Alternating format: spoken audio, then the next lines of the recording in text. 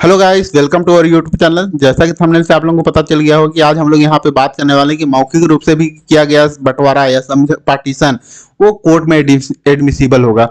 तो आज एकदम लेटेस्ट जजमेंट जो है 16/8/2023 के डेट में आया हुआ है, तो उसके बारे में पूरा डिटेल से बात करेंगे। तो मैं advocate Om Prakash, OP Sahu and associate, law firm Ambikapur से आप सभी लोगों का स्वागत करता हूं। वीडियो अच्छा लगे तो वीडियो को लाइक, चैनल को सब्सक्राइब कर लीजिएगा ताकि आप लोगों को इस तरह का अपडेट मिल सके। तो चलिए सबसे पहले यहाँ पे शुरू करते हैं। पार्टीशन समझौते या मौखिक समझौते के तहत भी हो सकता है, सुप्रीम कोर्ट ने अभी 16/8/2023 के जजमेंट में यहाँ पे कह दिया है।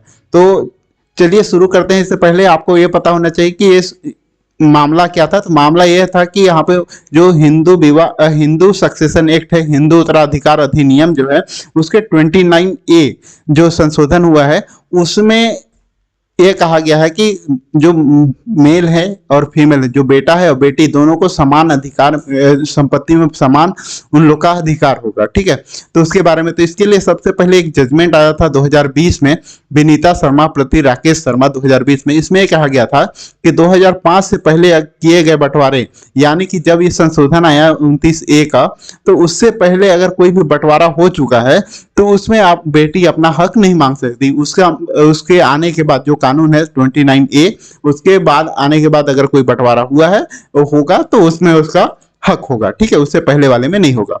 तो इसमें ये कहा गया, जो इसमें मैटर है, इसमें आवेदिका ने ये कहा कि घोषणा किया कि मुकदमा दायर किया गया वो हिंदू उत्तराधिकार अधिनियम 1956 के संशोधन 28 के द्वारा सहदायिकी का उसका हक है, और उसने वादी न्याय सूची में 1/3 पार्टीशन और कब्जे के लिए मांग किया। और उसमें आवेदक का जो था कहना था, ये आवेदिका का, महिला का, कि उसका बंटवारा अभी तक नहीं हुआ है और मौखिक रूप से बंटवारा हुआ, उसका कोई भी अभी अच्छे से बंटवारा नहीं हुआ है जिसके तहत उनको इसका लाभ मिलना चाहिए। जबकि रिस्पोंडेंट का ये कहना था कि इनका आपसी बंटवारा हो चुका है और दोनों अलग अलग रह रहे हैं और बंटवारा करके दोनों आपस में उसको बंटवारा कर अलग अलग अपना जीवन यापन कर रहे हैं।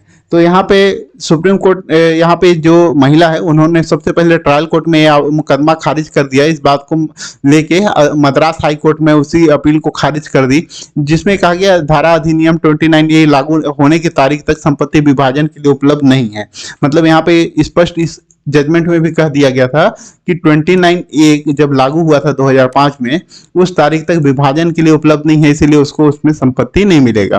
ठीक है, तो सुप्रीम कोर्ट ने यहाँ पे फिर सुप्रीम कोर्ट ने भी अभी जब लेटेस्ट जजमेंट आया उसमें भी इस चीज को यहाँ पे एक्सेप्ट किया कि हम इस सिद्धांत के लिए कायम है कि कानून की आवश्यकता अनुपालन करते हुए लिखित दस्तावेज के अलावा अन्य तरीके से विभाजन करने पर कोई रोक नहीं है। दूसरे शब्दों में ये समझ सकते हैं कि मौखिक रूप से भी इसका समझौता पार्टीशन किया जा सकता है। मतलब मौखिक भी समझ सकते हैं कि मौखिक रूप से भी कोई अगर कोई पार्टीशन किया गया है, कोई बंटवारा किया गया है, तो भी एडमिसिबल होगा। तो इसमें फैमिली सेटलमेंट के आधार पे हो सकता है या आपसी समझौते के आधार पे अगर कोई भी बंटवारा वगैरह हुआ है 2005 से पहले, तो भी एडमिसिबल होगा। तो उसको आप लोगों को कैसे साबित करना है वो आपका अलग तरीके से उसको साबित कर सकते हैं, लेकिन यहाँ पे ये चीज स्पष्ट है कि आपका यहाँ पे मौखिक रूप से जो बंटवारा है उसको एडमिसिबल होगा। तो मैं इसमें बता दूं कि कैसे उसको साबित कर सकते हैं। जैसे मान लेते हैं कि दो भाई हैं,